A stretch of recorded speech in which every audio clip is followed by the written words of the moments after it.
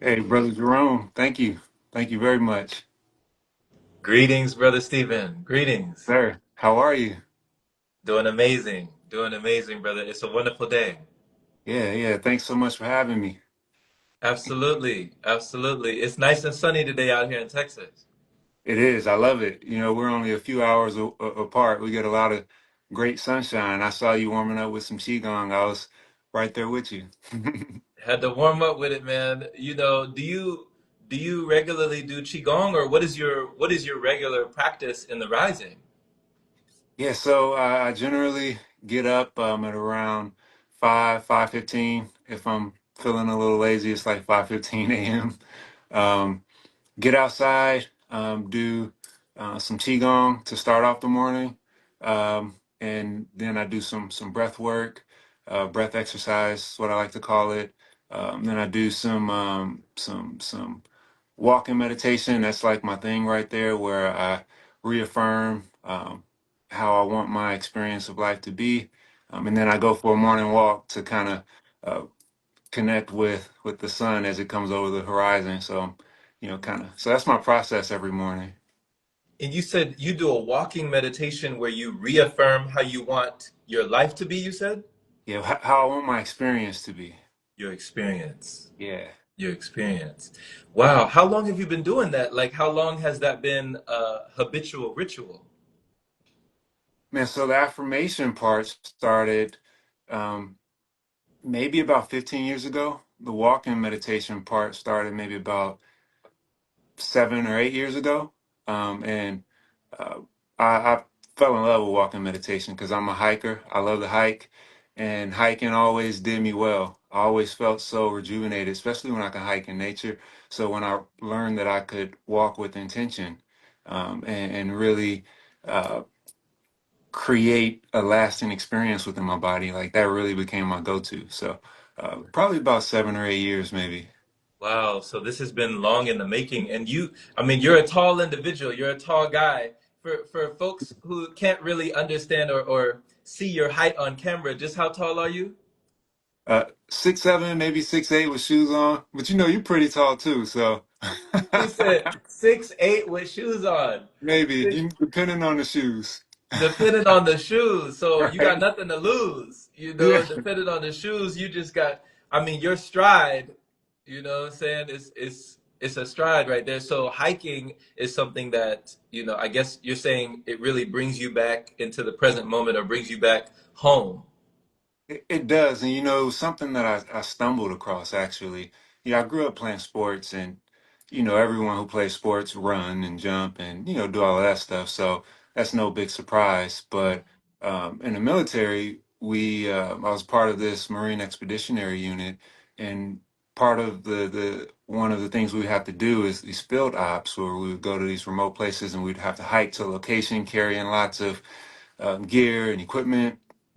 And the hikes turned out to be pretty easy for me, but not only were they pretty easy, um, I got energized doing them, and I tend to have like uh, epiphanies and really begin to enjoy the process. So when I got out and I started to work on my own mental health, um, that was something I knew I needed to draw to, and draw from.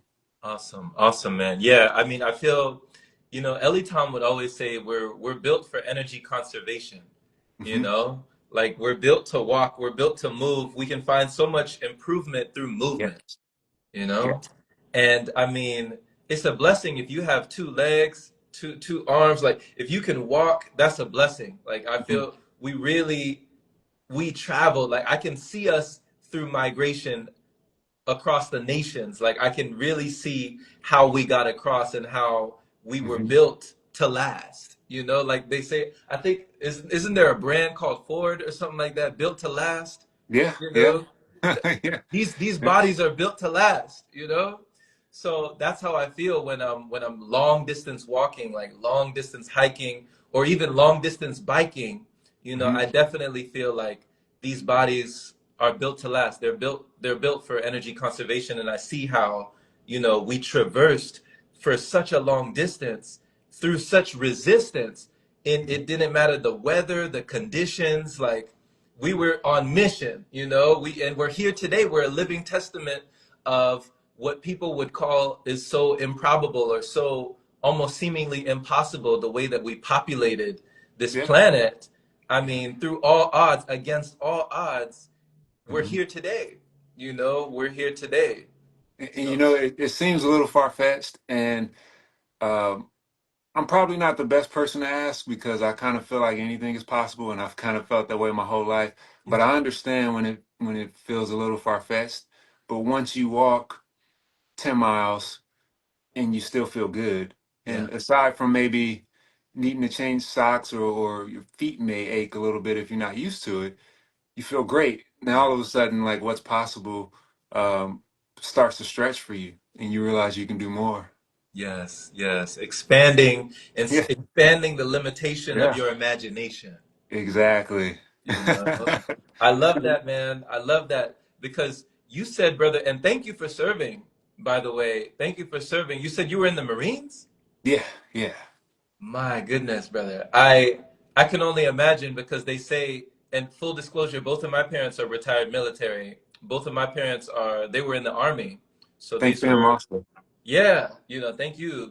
My father, he retired Sergeant First Class, E7, and then my mother, she retired Full Bird Colonel, so like right before General. Yeah. So yeah, I definitely had a lot of that structure, a lot of that military, you know, structure in the family. And I was never encouraged to join myself. Like, not that they wouldn't have wanted me to join, but Yeah. I myself never wanted to join because I felt I had already had, you know, military It's training, you yeah, know, growing up with two military parents. So, yeah. brother, what I mean, the Marines, that's I mean, you're a machine if you went through the Marines like that. All the stories I hear about the most grueling training, the most difficult, the most challenging training. Can you talk about like what inspired you to even go into the Marines? How long were you enlisted? How long were you there? And then, you know, that transition to now who we see here today. Yeah, so it's a very interesting journey. So I'm someone who you may call a multi-potentialite, and uh, a lot of people are like that, but we suppress that those aspects of ourselves to kind of fit in. You know, I played basketball in high school. Was really good. Some things didn't pan out according to plan, and I met a military recruiter who said I could uh, play basketball for the Marine Corps. Mm, So that was my ticket to continue playing basketball. So that was my reason for joining. mm, Well, it turns out I you know, being a kid and not really thinking much about it, I joined during the wartime. mm. So I made the basketball team, but my unit wouldn't give me orders to. Whatever. You hear me? Oh, I can hear you now. Now I can hear you. Okay, yeah. Yeah. So So my your my unit wouldn't give you orders for what? they wouldn't give me orders to play because I had to go overseas. We joined during the wartime, Mm-mm. um, and so that was heartbreaking. But the cool thing about the military is the whole indoctrination process is very spiritual. Mm, It really strips away your concept of reality and gives you a new one. mm, And um, the tricky thing with me was I never completely bought in. mm, So here my reality was stripped away, but I didn't completely buy into a new one. mm, So it left me in this weird space to kind of have some new experiences in life. And, you know, being in the military for 4 years, going to these remote places, ending up in a war zone, you have like this weird epiphany that, uh, you know, human beings are just humans. You wow. know, I'm in another country and I was supposed to not like these people who I, was getting ready to go against, but Somehow, some way, I saw human beings, and I think it's because I didn't fully buy in, even though the paradigm as I knew it was stripped away due to the process. Wow. Um, so that aspect of the Marine Corps, I think is the most difficult. The training, I think anyone could do the training with enough time and effort. You know, Mm. everyone has their own way of being athletic. I was an athlete. Lots of other people were athletes and weight training and everything. So the physical part, um, it's not the toughest part. That was easy. It's having your reality stripped away. It's a mental exercise, and it can leave you vulnerable if you don't have anything to replace it with. Because, and thank you for that vulnerability, like just your openness of expressing how challenging the mental and psychological aspect can be. Because Brother Stephen, you know, it brings to my mind different films that I've seen, like you know, films like The Bourne Identity, where he's trying to figure out like who he is. He doesn't Mhm. understand the the deprogramming and reprogramming he's undergone, or The Mhm. Manchurian Candidate with Denzel Washington, and how these soldiers were put in these situations. And of course, you know, I know that's like an exaggeration, but you know, they're put in these situations where they're just mentally just forced to look at human beings as like objects, like not as even human beings. So Right. can you Yeah. talk about how was the human paradigm stripped away psychologically, and what was so challenging about it? Like, in what way was the training to like strip away the human aspect that you didn't buy in eventually? Yeah. So you talk about the power of visualization, right? Mm, You literally practice seeing someone as an enemy. It's that simple. And you go through your daily routines of you practice killing. You know, you go through the motions, and you verbalize and visualize the person you're going to be up against. So when we speak about the power of affirmations, that's, you know, very clear right there. And we were doing that before I knew what affirmation was, but that very simple process of visualization, um, acting out the action that you want to carry out. mm, It shapes your mind in a way. But a really interesting thing happened was, even though I was trying to force myself to buy in, for some reason I didn't buy in completely. And, you know, I grew up in a place where a lot of people were maybe considered uh, bad, but I knew a lot of these people as misunderstood. So maybe I had a little bit of a soft spot in my heart for folks going through some things in that regard. Or I got there and it looked very similar to what I had, you know, been through in my life. So I wasn't able to, um, let's say, just muster up what may have been required with a clear conscience, which was beautiful for me because it led to me having all types of other spiritual experiences and that really got me on this path. When you asked what got me on this path to begin with, it was a particular experience I had in Iraq. mm, Uh, it was getting ready, or we were on a convoy. I was part of security team. I was attached to a field military police officer unit, and we would guide, escort gear and personnel from the base we were at to a forward operating base. A forward operating base, a FOB, is where a spot where infantry may have cleared out an area, and we bring them reinforcements.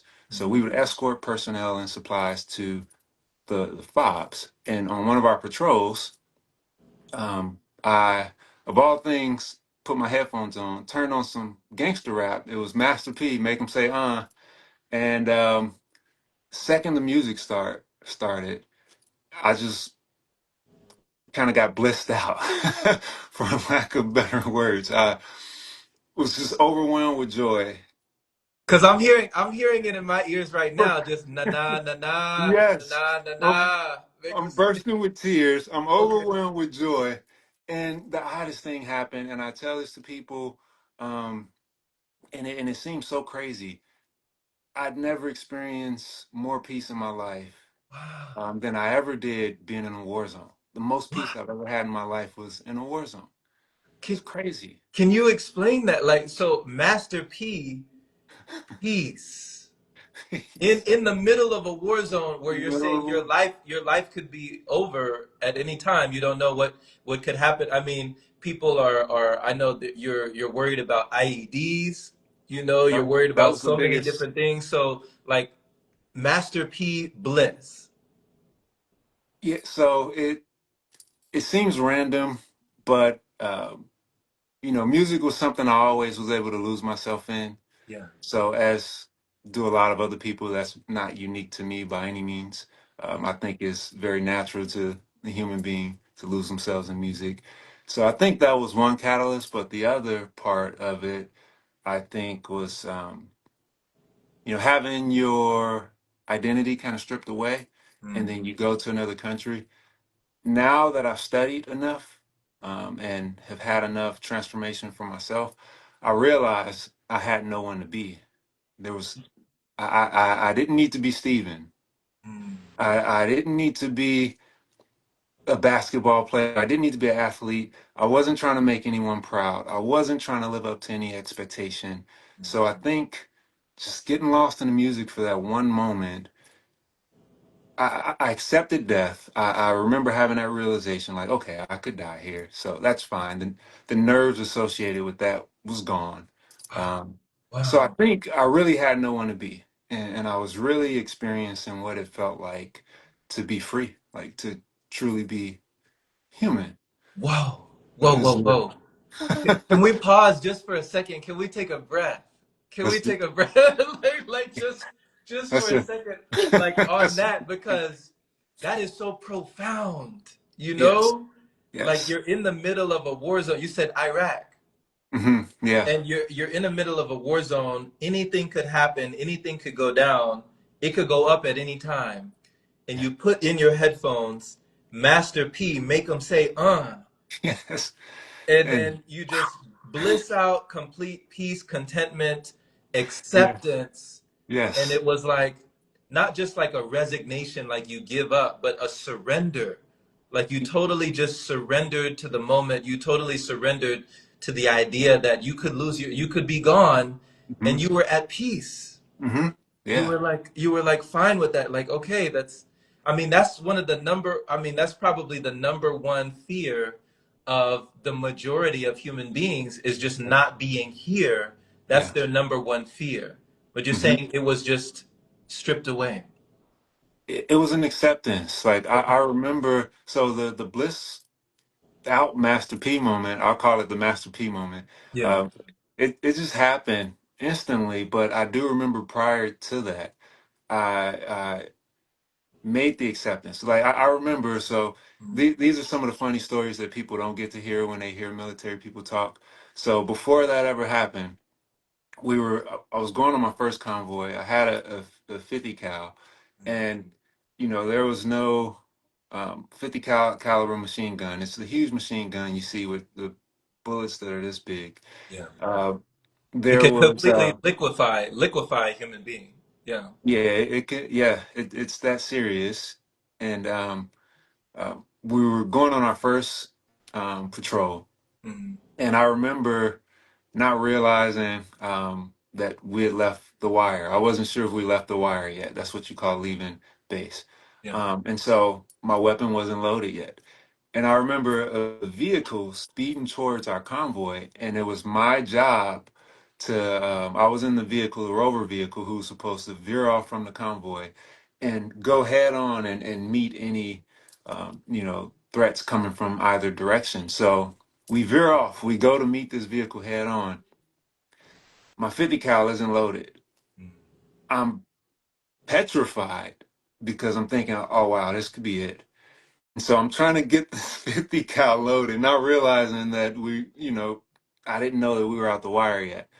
And so I improvised and I stood up with my M16 and I aimed my weapon at the vehicle and got their attention and they stopped. And nothing ever happened. It turned out to be not a big deal at all. But I remember having a realization that, okay, that could have been it. Yeah. That, so, of course, I need to be more prepared. I know what to expect now. This isn't just something that we rehearsed. This is the real thing now. But I accepted in that moment that, okay, this could be it. So no need of me being afraid, no need of me being resistant. It's okay. So Mm. I think that was a huge moment. And I let go of a lot in that moment. And I was able to be free, peaceful, Wow. goofy. Yeah. It's What a, I mean, what a spiritual awakening. I've never heard of that before on the battlefield, like a it, spiritual awakening. Because would you say today, being a father, like having a child, how has that changed your relationship to that fear that has everyone, panicking at all times? Do you still have that within you? Has it still been removed, or has it evolved now that you have a life that you're taking care of? so it's a both and. Oh. There's not a straight answer for that. Mm, So for um,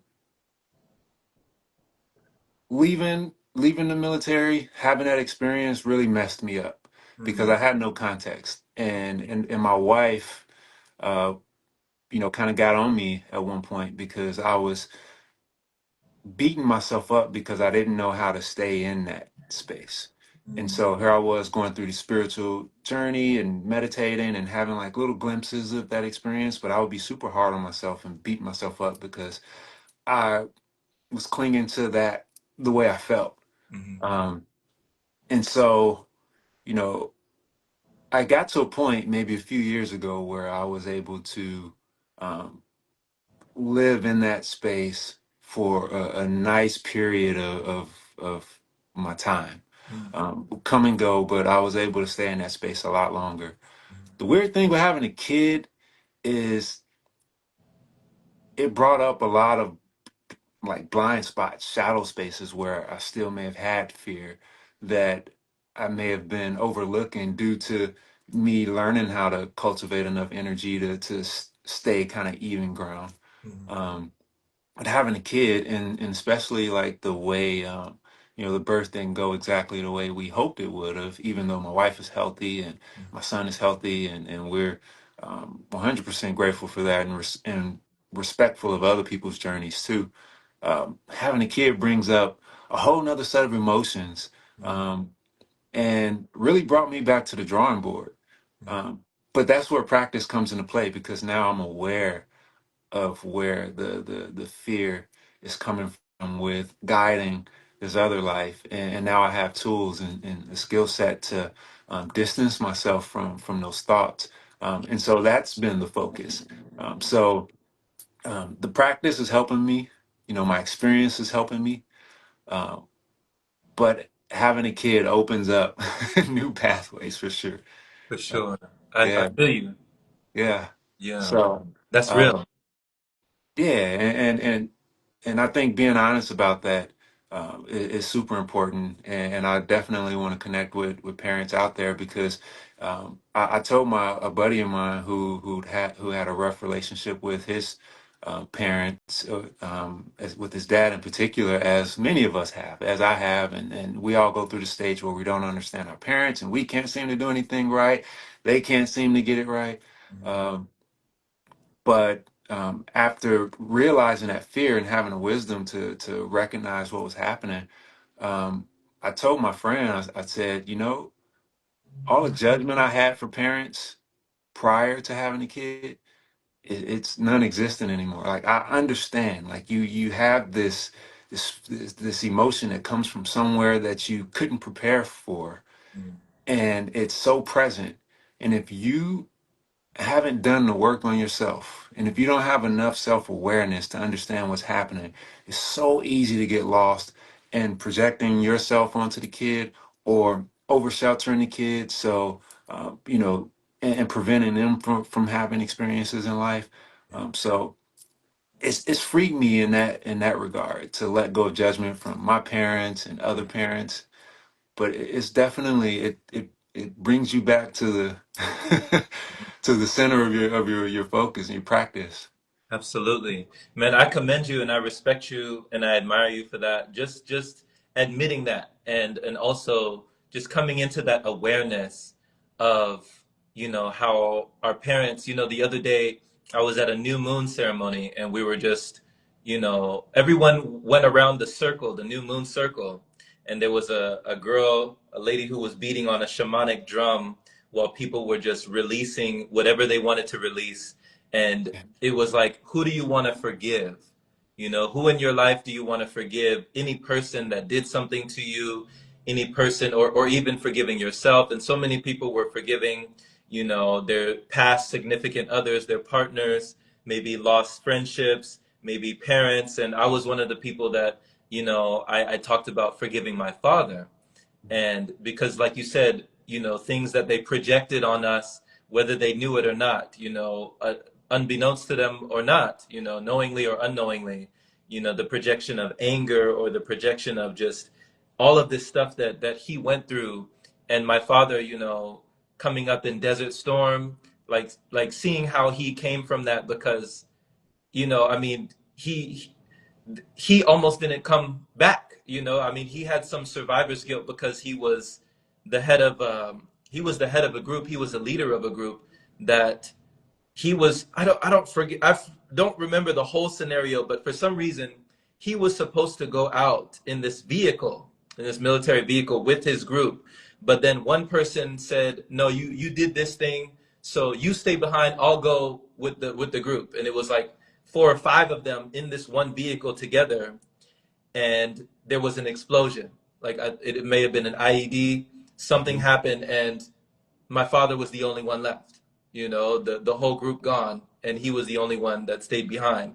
So I mean, he that messed him up in a lot of ways. That PTSD of it could have been me, that kind Mhm. of PTSD. So there's stories that he won't tell me about, like even to this day, decades later after just being out there, there's things that he won't talk about. But to hear you talk about that egoless state where you were stripped of all of your identity, you were stripped of all of the mask, you were stripped of all of the persona, the personality, like all of the ego just stripped down to the human, the human, you know? Yeah.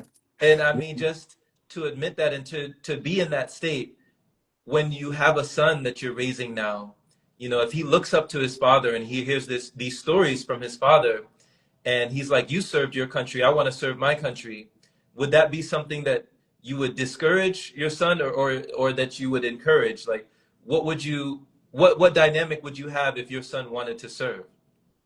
Yeah, I think that's a great question. And the way I approach it is I am trying to um, help guide someone that I would be comfortable following. Hmm.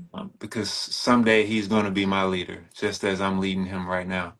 Um, so if I'm comfortable following him, I'm comfortable following him wherever he feels he needs to be, because I know the quality that he'll bring to that situation. So if he wants to be in the military and he feels like that's what's calling him, Hmm. I know he'll bring a quality and a dignity to it that it needs, and he'll impact other people's lives in a positive way, just as some of the leaders I had for me impacted my life in a positive way. And I for sure wouldn't um, be where I am today if certain people didn't see something in me that I wasn't able to see in myself at the moment. Right. So I definitely wouldn't limit him from having any experience that he felt like he should have. But what would give me the confidence is me doing the things, the foundational work uh, that I need to do now, you know? Okay. Okay. Yeah. Thank you for your honesty. What what led from what led you on your path from the battlefield to breatharianism? Like how did your trajectory go to this path where we're meeting each other at a pranic retreat and we're talking about not eating, not needing, not depleting, and just proceeding, like what brought you to this path in particular? Yeah, I talk about just like my journey, what sparked the journey for me, like a lot with people, just because it's helpful for people to. A lot of times, people may see you, Jerome, and they see um, they see the transformed Jerome, but they don't always get a chance to see you on day one. Right. And so I always talk with people about day one for me, and that was discovering a book by a woman named Louise L. Hay, and she's a very popular writer, and she's ahead of her time in American culture for the things she was talking about. Mhm. But one of the things she said that spoke to me was every thought you think is literally creating your reality, Wow. and that that cut through everything Mhm. for me. And I discovered this book while I was still in the Marine Corps, Wow. and as I was transitioning out, her book and the way she put things was probably the only thing that had ever made sense to me, um, you know, prior. Uh, Mhm. because no one had ever simplified it for me in that way. And so I instantly, and she gave tools too to help you start to reshape the way you think and start reshaping your reality.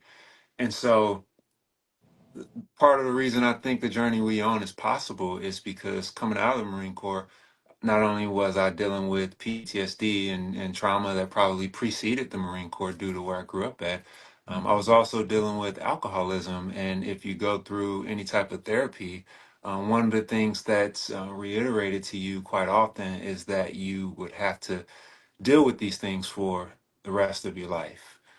You'd have to learn to cope. That's the terminology that's used, and that's powerful and that's valuable. And um, I don't denigrate that by any means because it definitely helped and got me on the right direction. But what Louise L. Hay was talking about um, was even more powerful because I didn't quite believe that I would need to cope Mhm. with these things for the rest of my life.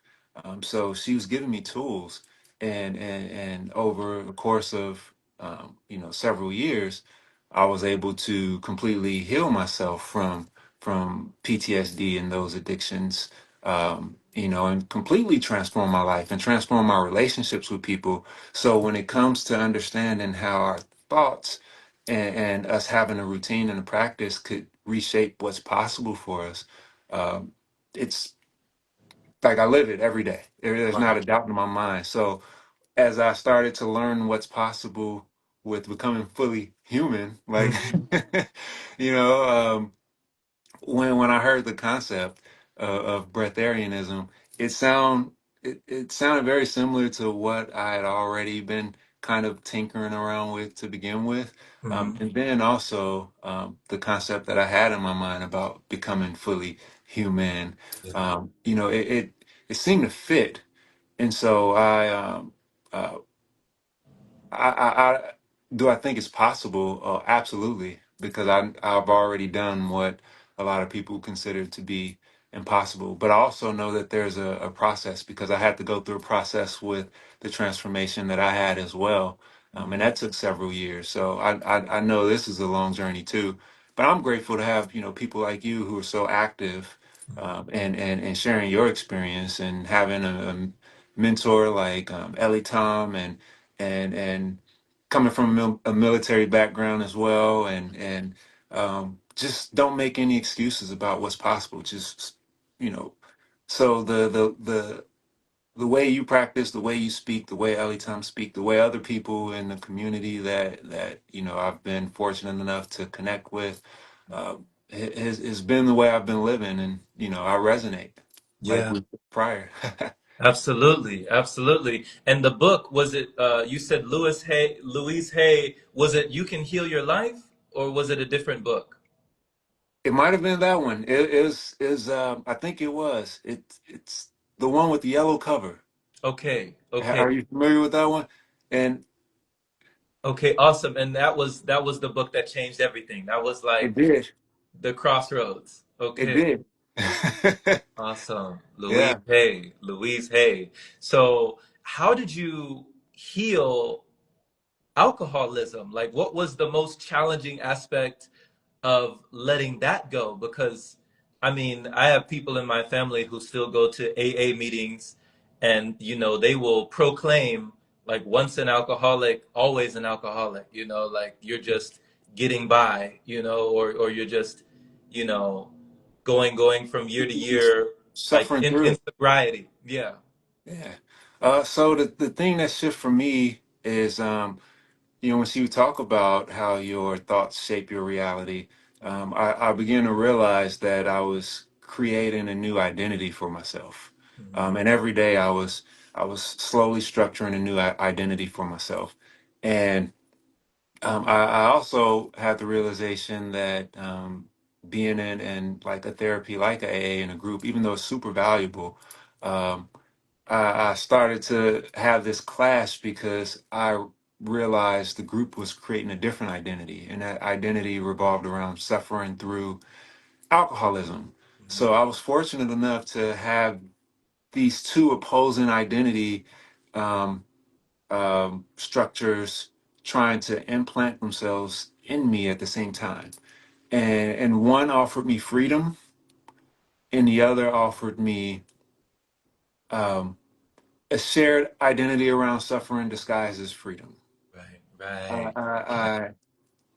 I I wasn't going to indulge in the substance anymore, but there was still this shared identity around suffering, Exactly. and I wanted to liberate myself from suffering, Mm-hmm. and so that was the value in that. But the particular thing, the thing that was a game changer for me was when she talked about how our thoughts shaped our perception and our lives.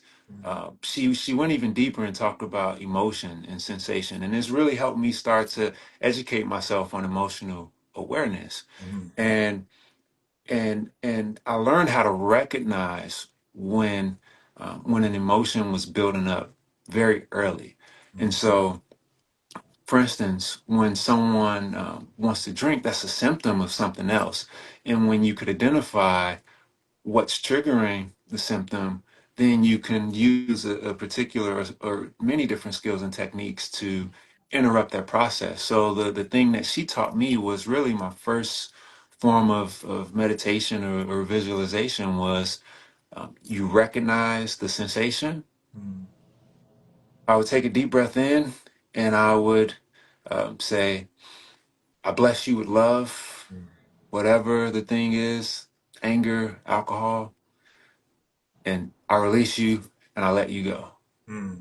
Now, what you're doing there is you're practicing a type of emotional awareness. And what Mm-hmm. I began to realize was throughout my day, I would have 50, 60, 70, 80 different triggers that would pull me in either direction that I was unaware of. And this tool gave me the ability to be aware of when I was being pulled. And I started to recognize that I wasn't living my life. Mm-hmm. Everything around me was living my life for me, Mm-hmm. and everyone. And so that little tool gave me a way to see how to actually live my life and have control over my decision making. And I was doing this literally, I did that for about 10 years, countless times a day, A, along with other things too. a decade. hmm And one day I just forgot that I needed to do it. Um, Oh my gosh. Oh my gosh. So it's like you picked up the tools, you got all the jewels, you put down the tools. It's like you forgot that you even needed to do it. You had already done it. The yeah. battle was over. You had already won it. You know? Yeah. Oh my gosh. Oh my gosh.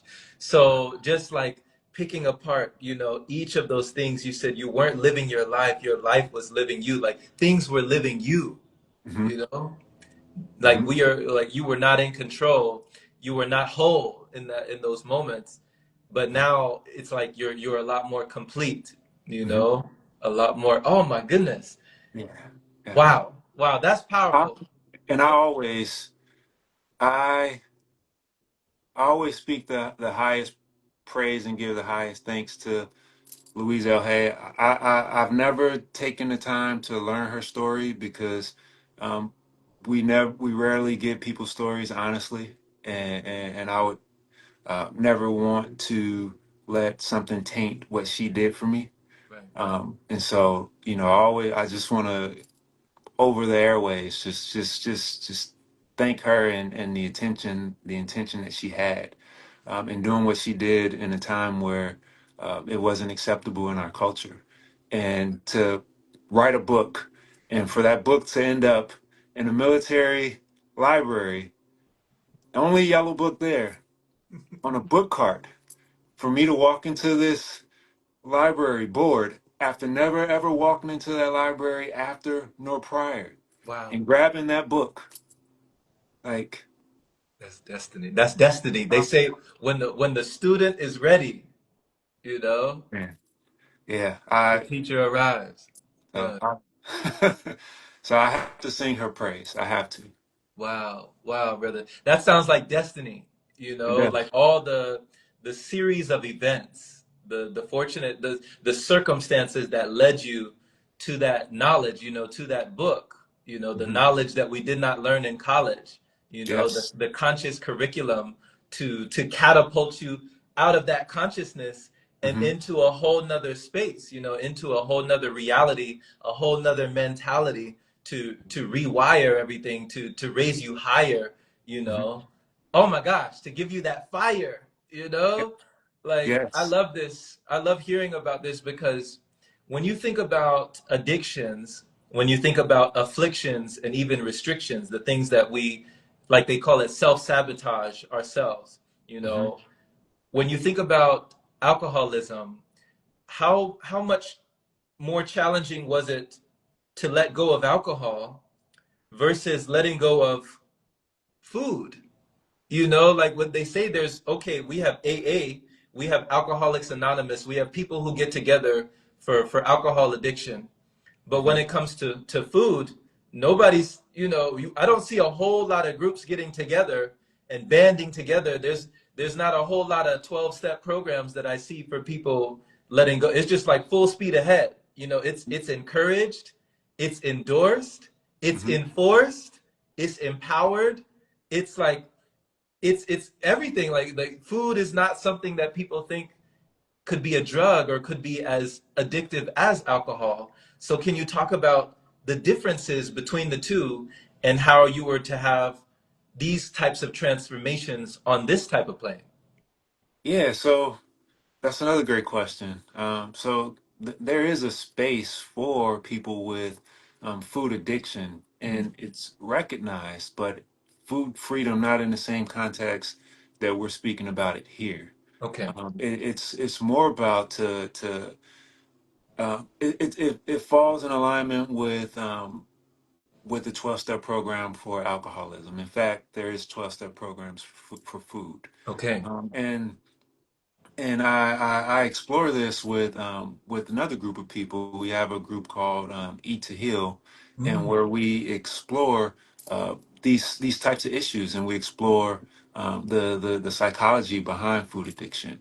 okay. And one of the problems that or challenges that I always run into is food addiction runs deeper than we realize, way deeper than alcoholism, Okay. because food, uh, the consumption is primal, Mm, and um, and I would imagine that alcohol is a fairly modern invention compared to food. yeah. Yeah. So that desire for food is far more primal than a desire for alcohol. It's much deeper. And I'll share something that could maybe bring this into context. I actually shared this on a podcast that I'm going to be releasing pretty soon, but I'll go ahead and share it now for the sake of the conversation because I think it'll help. Mm. Are you familiar with Ram Dass, Dick Helper? Ram Dass, Ram yeah. Dass, yeah, yeah. Um, so he said that when in the early years when he was going to India, his guru would always stuff them with way more than they could eat. Mm, He would all types of things, pastries, you name it. And it got to a point where they were so stuffed. One of the other students asked the guru, "Why are you stuffing us with this? Like this stuff is unhealthy. This is pastries, refined sugars. Um, you know, this is crazy. What are you doing?" And the guru told them, um, "If you were aware, say, I'm not feeding you. I'm feeding your soul. Huh. If you were aware of all of the incarnations you had where you died from starvation, you would understand where that desire to eat comes from and why you could never feel full." Hmm. Now, I paraphrase that a little bit, but this is what I feel like we're up against, or we're working through, I should say, when we approach food addiction. It's coming from a space that's so deep that it cuts people very deep when you mention a life with minimum food or possibly even going without it. Right. Um, and so I'm still figuring out the way to do this. The way Ellie Tom preaches it is powerful, and it speaks to me.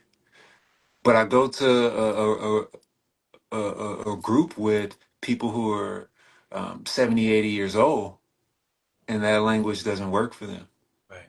and Right. and they need to be healthy too. So it's a challenge, and I know for me, I know what it feels like. So I could go through the steps, and I understand what the transformation feels like because I've overcome something that a lot of people consider to be impossible. But to try and convey that to someone else, I haven't developed the skill set to do that yet. So I'm still working, and maybe through my own evolution, I could be an example for someone. Right. An embodiment, a Mhm. testimony, you Mhm. know, just a living, walking example, you Yeah, know? And they yeah. say lead by example, you lead by example. So when Mhm. you're talking about you've already overcome things that other people deem impossible, what Mhm. exactly do you refer to that you've overcome, in that aspect? Like, can you even though some people might not understand or might not get it, just in the best way that you can, could you express what you've overcome in that manner? Yeah. Yeah, so just the alcoholism and PTSD, just that acceptance that kind of gets programmed to you early on in the process that you have to cope with this for the rest of your life. Right. You know, I don't cope anymore, and Yeah. I'm grateful for it. That's not a egotistical thing, but that speaks to the light that I recognize in myself to Right. not put limitations on myself. And I Right. recognize how easy it is for others to put limitations on you because they see them for themselves. And they're valid because they truly believe that something's not possible for them. And Right. although I respect that for other people, I don't accept that for myself, Mhm. you know? And Yeah, so, uh, for sure. you Sure. know, So now with what you called like food freedom, uh-huh. with pranic living, food Yeah. freedom, Yeah. breath air, Yeah. breath air, re-in, like with these concepts that we're talking about in these times, in this day and age, that people are trying to put it together, these puzzle pieces together of that sounds so weird, that's so strange. Like, why would someone not want to eat? Why would someone not want to do this? Like why would someone even want to be without? Like want to live that way? Like what's the attraction for you? What was even the attraction of something like that? Like how did that even draw you in or inspire you to even seek it out in the first place? Yeah. So it like most people when these things happen, they find you. I definitely wasn't looking, but I had enough life experiences to uh to understand what I was hearing when I heard it. Mhm. Did I tell you the story about when I got maybe food poisoning in Mexico? I think it was food poisoning. Tell me what. So um one of the things me and my wife like to do is we like to visit archaeological sites and just nerd out. Um, and so we went down to see the Tulum archaeological sites and Chichen Itza archaeological sites. And mind you, this was maybe like 3, 4 years ago. So I had already been like, fasting and qigong and meditation and breath exercises and visualizations. I had been doing all of this stuff for well over a decade. Wow. And so I'm in Mexico. We're having a great time, a nice resort on the beach. We're ordering, you know, all types of like, well, I was getting like guacamole and stuff. I wasn't like vegging, picking out the way my friends were. But I later learned you probably shouldn't get fresh stuff because the microbes are different and they can make you sick. So, I ate, a lot of, guacamole, fruit, and, some different dips and whatnot. And I got sick. I got food poisoning.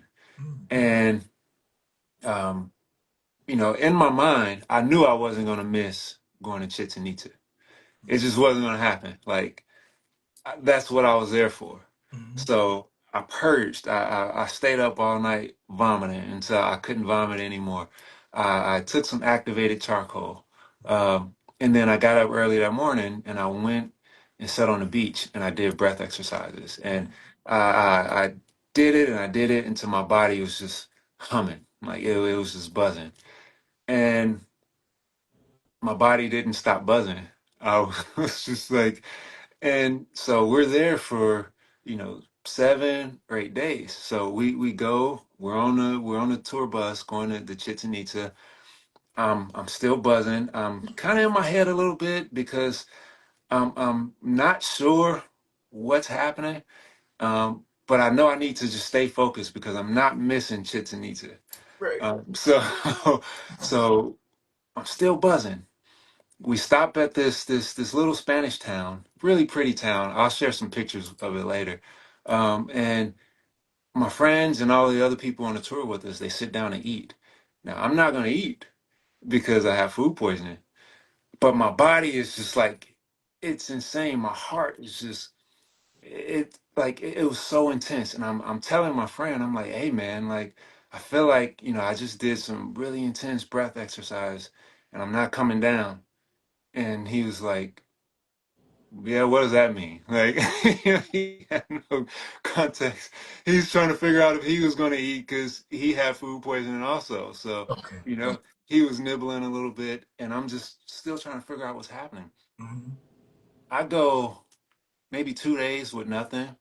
Now, this didn't frighten me because I was familiar with fasting, but Right. I never felt this way before.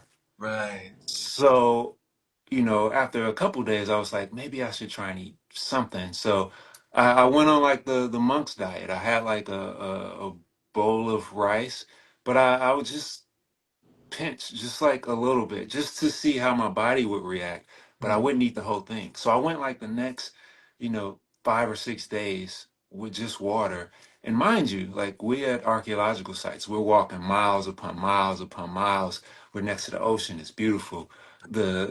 Just great wind and sun. And I felt amazing. And it was another one of those experiences where, I couldn't explain what was happening to me. But the thing that tipped it off for me, the thing that tipped me off was when I got back to the States, I felt comfortable enough to eat.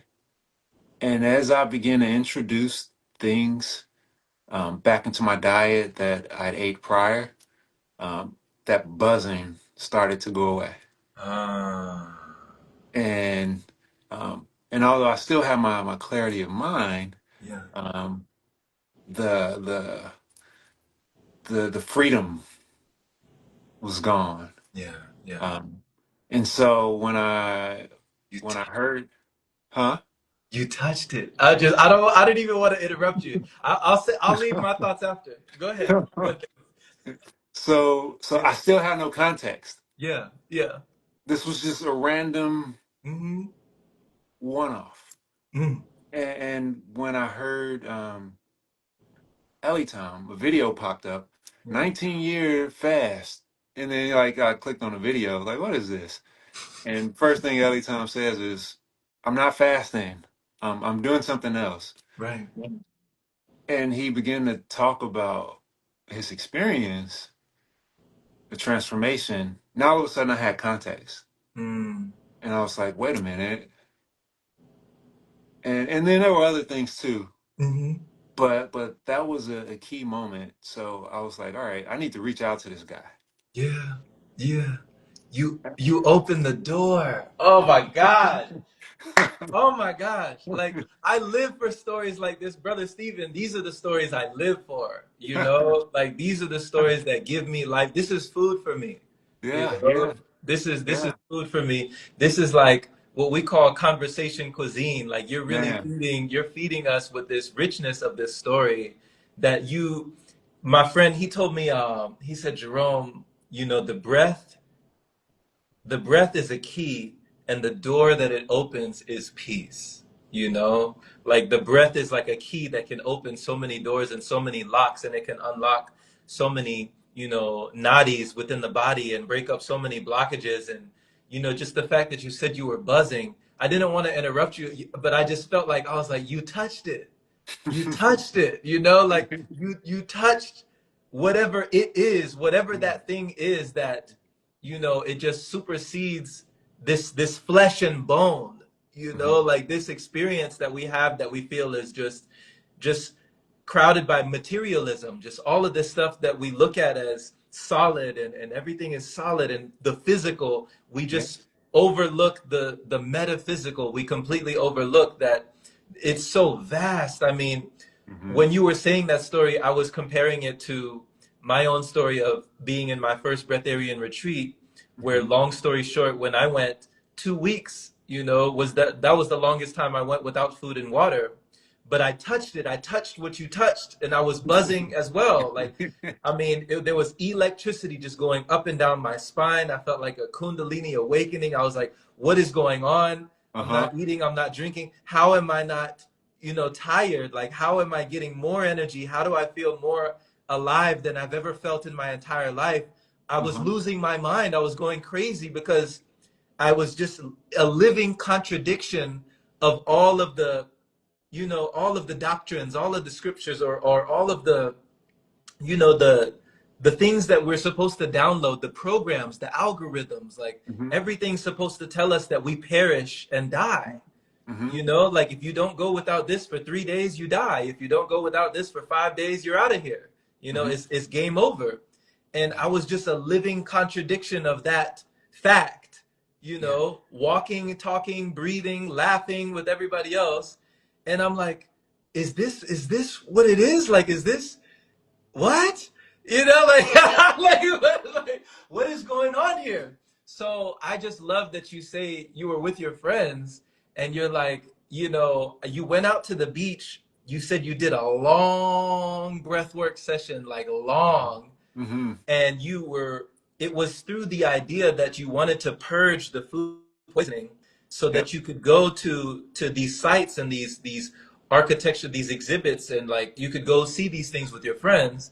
But Hmm. unintentionally, inadvertently, you unlocked something, you opened something that stayed open for a while, and you Uh-huh. were buzzing, and Uh-huh. you didn't stop buzzing Uh-huh. until you came back.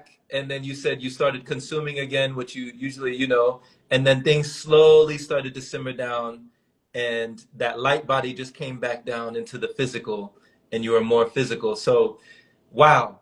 It Oh my was God. noticeable. It was maybe within 24 hours. Like it was, it was gone. Like it was that quick. Yeah. It was very quick.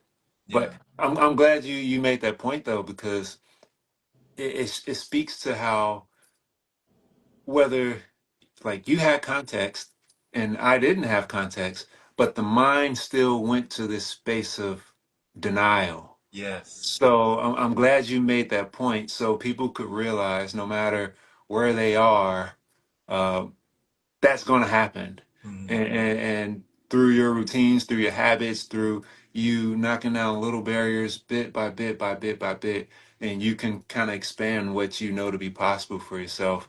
So even though a part of me was unsure about what was happening, Mhm. I was curious enough to not bring myself down, Okay. and kind of let myself ride that space out, and if that makes sense. Yeah. It, Yeah. it, and so, I don't want to speak for anyone else. You have to trust your body and trust yourself, because I do guide people in breath exercises, and it's important for me to respect people's space too, and respect where they are, because sometimes someone will have an experience where they just release so much and they just break down and they purge. Other Mhm. times people um, will start to feel things coming up, and they can't go there. They Right. need to stop, and we need to stop the session like right now, right away. And so having that awareness within yourself. So I do trust that if it felt frightening to me in the moment, I would have stopped and I would have found some way to come down. But it didn't feel frightening, and I was still curious, even though I was still questioning what was happening. Um, I was still curious, and I wasn't going to miss those sights, like Mhm. I said. Right. So, Yeah. I mean, they talk about all over in different countries and continents and customs and cultures, like they have different words to describe this energy, this life force energy, the breath that we breathe, the air that we receive, like the all that is, the just this substance that's in the air that enters the blood, that permeates everything that we breathe in, like when we're talking about prana in India, the different yogis and the sannyasins and the rishis and the sadhus and the renunciates and the people that can go out into a cave and just breathe, mhm, like the mhm. people that can go into the Himalayas and just be, Yeah, and just exist. And yeah. then we're talking about, in China, the Bigu, practitioners or the Taoist practitioners that Bigu, and they get themselves to such a state of energy work where they're working with energy, they're working with this breath to the point where their cravings go way down, and just their even their appetite or even their desire for food goes so far down because Mhm. they're already full, like Yeah. they're already complete, they're already, all the cells are satiated at a cellular level and a cellular level. Hmm. What do you feel was what brought you to, like, for somebody who's going to ask, like, okay, what was the particular breath work that you were doing, to get you to that point? Or what do you feel got you to that point where it went beyond your imagination and you even got more than you bargained for? Yeah. So I think what was helpful was the ground we were standing on. I think that was super helpful. We were walking, you know, on the beach, and constantly. Me and my wife, we were hikers, Mhm. so we were doing that a lot. But in particular, um, so there's a series of different breath exercises that I like to do. And I will say it with caution, because I like to guide people in these, and not because the experience could be intense. But some of the breath exercises I use, I got from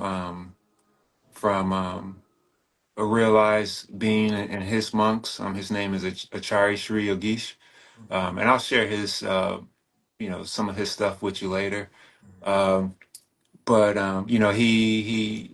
they're Jain practitioners, and as you know, they can go 30, 40 days like it's nothing, with no food.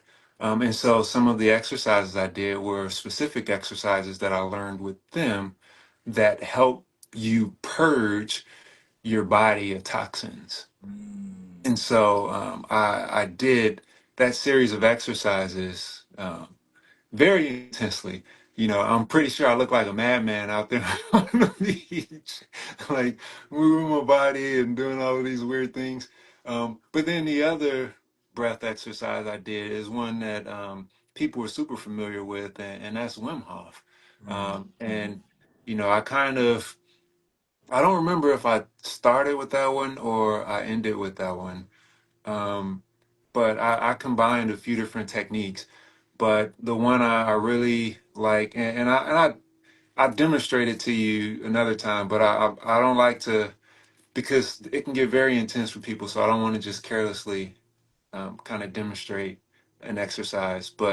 Um, but the one I learned, the ones that I did with that I learned through the Jain practitioners, um, it's really intense and it involves moving your body in particular ways with very intense breathing, and you're getting into spaces and you're expanding, you know, parts of your body that most people don't usually expand in that way.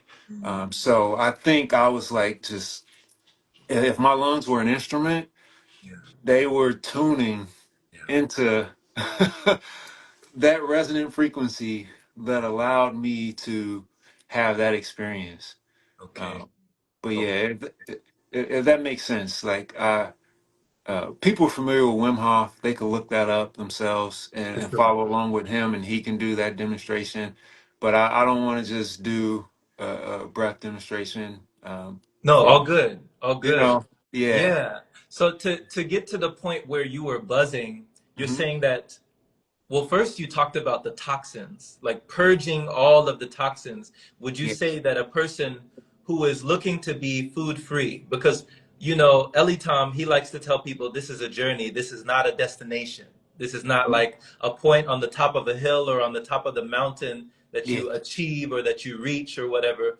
But of course, people always, like, so many people look at it as like, oh, I want to get there, I want to arrive, I want to not just be thriving, but I want to be arriving at this point where I feel like I'll finally be happy when I'm food free, you Yeah. know but do you feel like the toxins in the body have to all be purged, like, completely, and be purified? Like, you have to go through a purification before you get to that location where people are thinking of themselves arriving at. You're saying before you get to that point, everything else must go.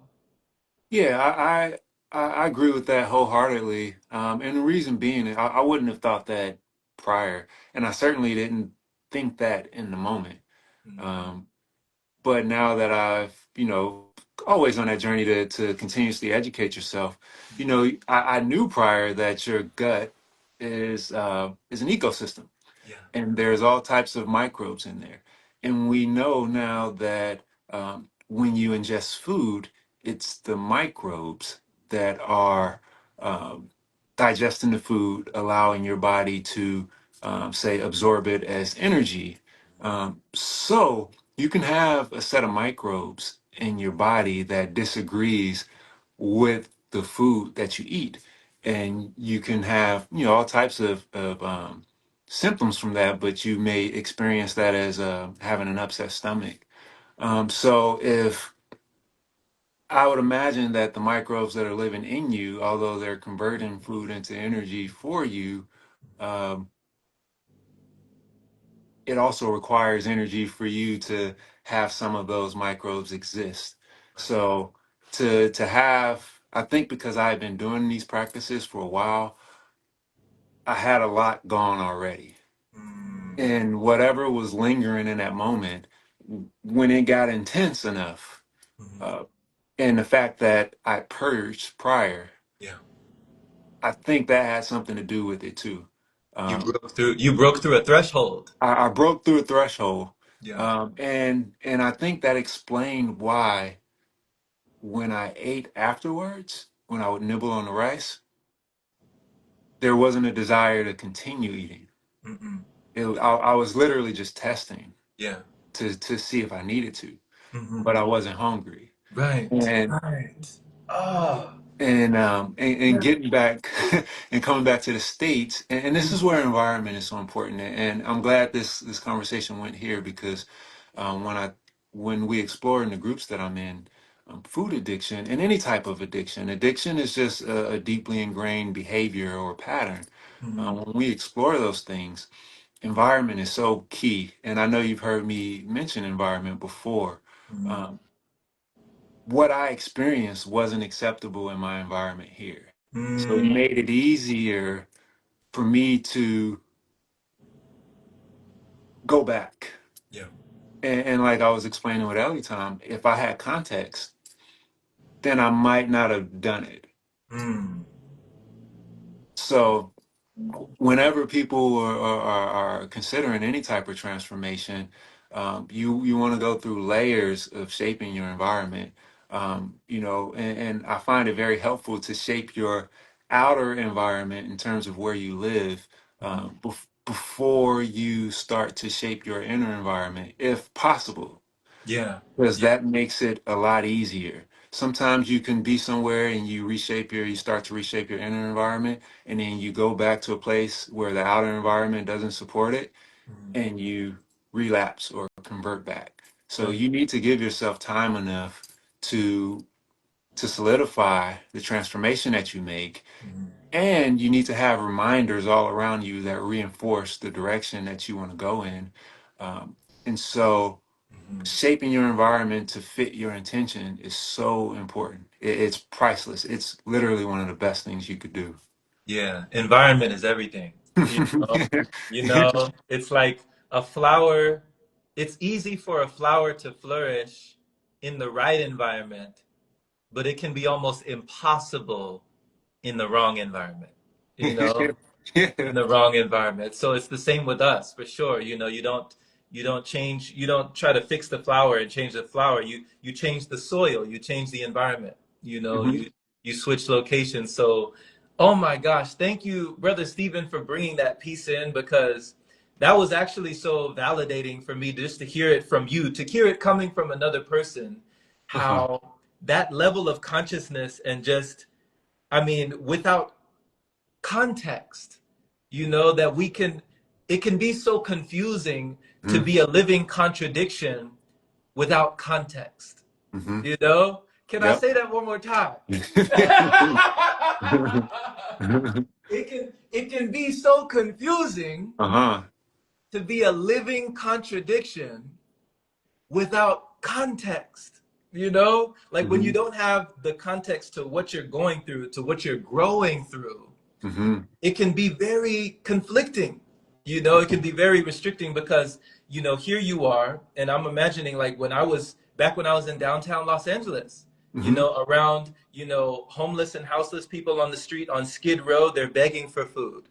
And Yes. then the people on right on the other side of the street, they have abundance. They're in Mhm. luxury hotels and luxury restaurants. They have all the food all they could eat. Yeah. And so Yeah. I'm in this in between space, coming from this pranic retreat, this breatharian retreat, where Mhm. I haven't eaten, I haven't had anything to drink or eat in 14 days, 2 weeks, and I'm like, okay, I should be hungry right now. I'm not Yeah. hungry. you Yeah. know like I should be weak right now. I'm not weak. I Uh-huh. should be tired right now. I'm not tired. Like, Mm. what is happening? Like, what is this? What do I know? What have I ever known? What have I ever known? Uh-huh. And that was my ego death. Like when you put in your master P and you Yeah. said, make them say na na na Yeah, na, when you had nah, that yeah. ego death, that was my Uh-huh. ego death on the Uh-huh. street, just out there on the street, just walking amongst the people. I was Mhm. like, this must be a dream. Am I dreaming? You Mhm. know? Mhm. So I didn't have like full context, but thank goodness I at least had a practitioner like Elitom, Yeah. with us, Yeah. who's, walking, talking, breathing, laughing every day. Mhm. And, he's not partaking what the other people are partaking in the midst of the fear with the pandemic, with Yeah. people with the mask on, they're Yeah. finding it hard to breathe anyway, Yeah. so thank you for that piece, because for people understanding the integration, the reintegration back into society, or back into a place where it is misunderstood. It's not there's a misinterpretation of what you're doing. Like it's like, wait, you're not chewing, what are you doing? Uh-huh. So thank you for bringing that piece in for people who, have to have their own individual experience and Yeah. understand for themselves that, hey, you're not going crazy. Hey, you're Yeah. not alone. Hey, this is possible. Hey, you're Yeah. not losing it. You know, you're not going mad. You know, you're right on point. You're right on key. You're going into something. You're unlocking something that's dormant, or something that we've always had within us, but Mhm. the majority of people don't even believe is possible.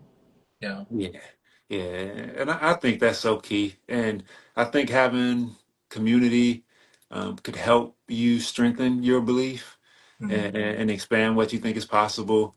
Because all too often, like we try and go through transformations in secret, and sometimes you have to nurture yourself alone before you share. But if you can find a community of people that are moving in the direction that you want to move in, it's so powerful. And um, after being an athlete and then embarking on, these journeys of transformation on my own for so many years, Mhm. I really started to appreciate the luxury of having people to connect with Yeah. and to grow with and to share with. So, Yeah.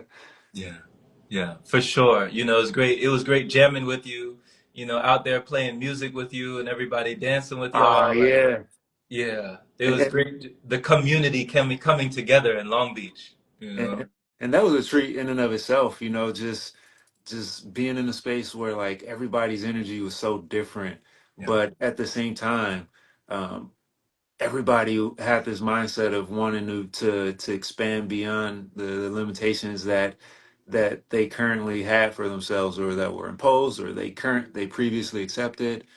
So that was cool just to be in a space where everyone had an energy that was moving in a particular direction. And I'm glad you mentioned that because most people don't get that, Right, and you don't realize that until you're an adult. right. And I felt spoiled because even though my time in the Marine Corps was rocky, I Mhm. had that. I had camaraderie with people who I loved Mhm. and appreciated. Even though like I went the first job I had outside of the Marine Corps, Mhm. um, it was a tough job. But again, I had that.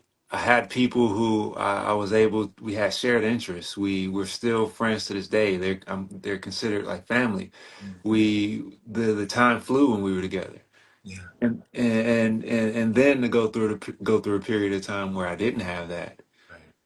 Oh man, and it makes a world of difference to have that community. For sure, for Yeah, sure.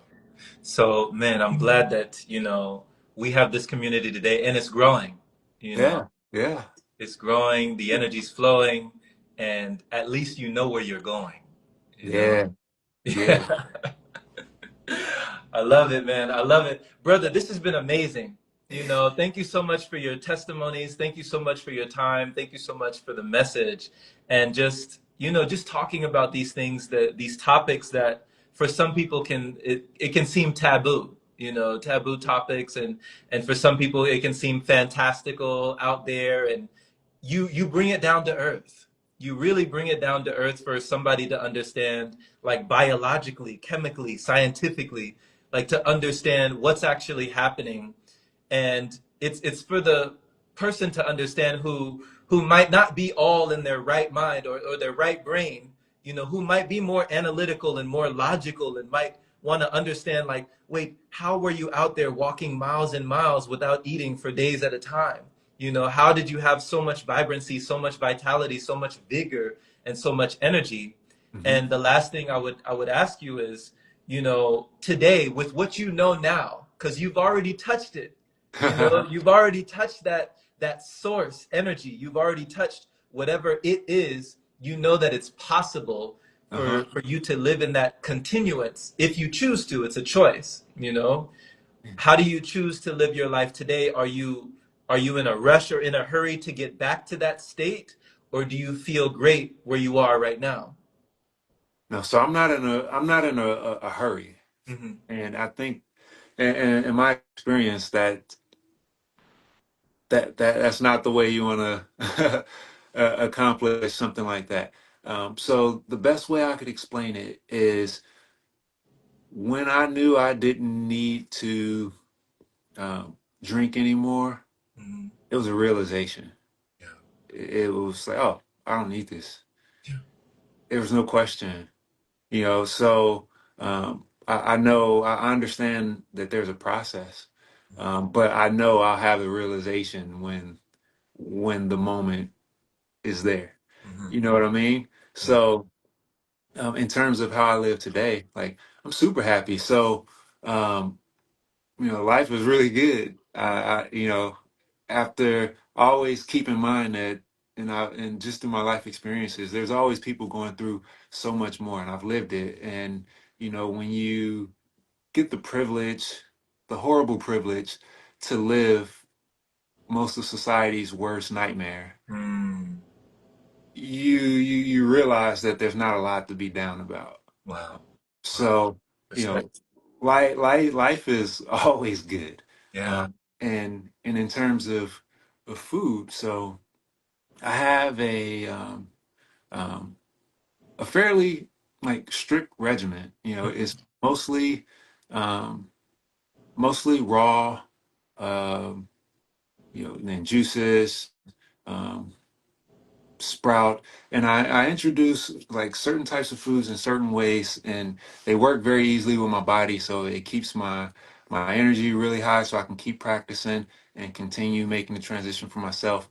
But I must say though, this was another really cool realization. Mm-hmm. So when I've gone um to like other types of retreats where maybe like there's monks or something like that, the energy is always like very calm and very stable, right? And when we did our retreat, the energy was very high. Right.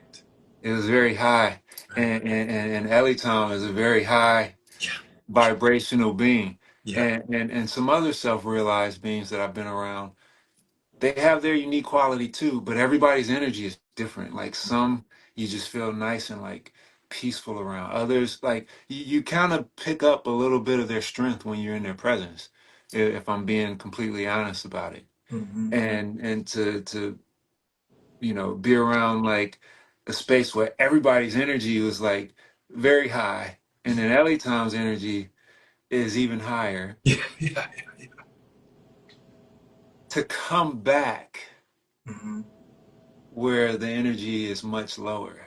Mm. And now I am very aware of the type of energy that I want to embody even more so. Okay. It happens, you know, it seems like the capacity grows and grows every time, you Right. know, so it's always a continuous journey. But coming back from the retreat, Mm-hmm. you know, what was on my mind was mangoes, man. I love mangoes. That's like my thing. So I knew from past experiences Mm-hmm. I need to exhaust that desire. Okay. I can't, I Yeah. can't, I can't, you know, like Yeah. deprive, because that's all you'll Yeah, ever, I mean, Eliton did the same thing with avocados. His right? was It's like, avocados and Fritos. He said he had to. He said those were the two things that he never thought he would be free of, were avocados and Fritos, and he had to exhaust that desire. You dude, know, he had to exhaust that desire for. He said it was a love affair. You uh-huh, know, he was taking the man, avocado and putting lipstick on the avocado, and you know, like it dude, was a love. I haven't done that one yet, Nah, but nah, but yeah, he was like it was that intense, you know. It was like that connection he needed to it needed to run its course. It does, and Yeah. the desire is real because being like I have no doubts whatsoever, but just being in his presence, like okay, when you're around like someone who's self-realized like that, a lot of times like what they say isn't like the true message. It's how their body responds to temptation, to stress, to all of these different things that pull us. When you practice enough yourself, you can see the triggers in other people that pull them. And the first time I was around a self-realized being, it boggled my mind because I didn't see those triggers in them. I didn't see those responses in them, and LA Tom was no different. Mhm. And not seeing those triggers and responses in him, but he's speaking about something that's very tangible, the Right. thing you put into your mouth. Right. So there was this higher level of realization, and that's where that deep, deep desire that we talked about earlier, that say the guru told the students about, that where your desire to consume comes from, Mhm. that reemerged in me in the form of mangoes. Gotcha. It's like, it's like, Makes sense. Makes sense. So hey, the mangoes, it takes two to tango. You right? know, Yeah, there you go. got to work with the mango. There we That's go. work. But it's an enjoyable journey, and I know you'll enjoy it. While it Uh, lasts, There's you'll no enjoy guilt. it. Yeah. I have no shame from it. Yeah. There Yeah. is- There shouldn't be. There shouldn't yeah, be. Oh man, thank you for this, brother. Thank you for this. Was so juicy. Like yeah. you gave us so much like knowledge, wisdom from your lived experience and just the things that you've gone through. I mean, the testimony that you have for, like you said, living in some of the worst environments in the worst times and in places where people would break down psychologically, had they not had your perspective. And now you've been adopting this, you've been gifted this perspective that has shifted and that has lifted you to another place. And I just have to commend you, like thank you for never giving up on yourself. Thank you for continuing, Thank you. Yeah. Thank you. Thank you, brother, for having me on here. And if I could say one thing that Yeah. I don't want to leave out, just in regards to veterans who've been through war. Yeah, I was fortunate enough to have a therapist who studied um, paranormal activity, who studied spiritual experiences, and Mhm. particularly in war. So Mm. he was able to share with me that, as unique as my experience may sound, it's not unique at all. Okay. In fact, so many people have it, Okay. but they don't know what it is, Right. and I think that could contribute to PTSD as well. So Okay. uh, it's not unique in that regard. Okay. But I am grateful that, like you say, I did have the wisdom to seek understanding, and for reasons that I can't explain, I wasn't crushed by it like some other people that I've had the privilege to know. So I Yeah. just wanted to say that. Yes, yes. Gratitude, gratitude, brother. Right before you go, brother Stephen, can you let people know, if you have any offerings, any services, let them know about your podcast, where they can find it, just anybody who wants to get in tune with you and wants to get in touch with you after hearing your story, just let us know what you have available. Yeah, yeah, absolutely. So I'm friends with Jerome on Instagram. So it's not hard to find me. My Instagram, you can look me up, Stevie G3530. Mhm. On YouTube, it's Becoming Human, Stephen Garner. So I share tons and tons of positive affirmations for people every day, and would you rather questions, just the type of questions that I ask myself on a daily basis to really kind of keep my intentions in a direction that I want them to be in. To me, I like to say our intentions are our currency for life. Where you focus your attention, we hear that say your energy goes, but when you get the opportunity to have your intention go in the direction that you want it to go in, like you're nourishing yourself and you're making yourself rich in ways uh, that'll serve you for forever. And positive affirmations are a way to do that. So if you like, hop on over to my page, follow my page, YouTube channel. You'll get lots of good stuff just to help you navigate your day. So, Absolutely, yeah. absolutely. Awesome. And for people that's becoming human, HUE, Hmm. right? Right? Yeah. Yep. HUEMAN, Again. Yep. human. Yeah, and it's the spectrum. Like we're all on a spectrum, and we don't need to rush to be where anyone else is at. You know, getting to know yourself. As you know, I learn new things about myself every day. Every day. Um, you know, that's the journey. Yeah. So it's been on that spectrum. I don't want to talk too much. Awesome, awesome. All right, brother. Enjoy the rest of your day. Enjoy family. You know, enjoy your time, Yeah. and just keep shining, brother. This was tremendous. Yes, sir. Thank you. Thank you very much, man. I look forward to more and more in the future. Man, enjoy your day.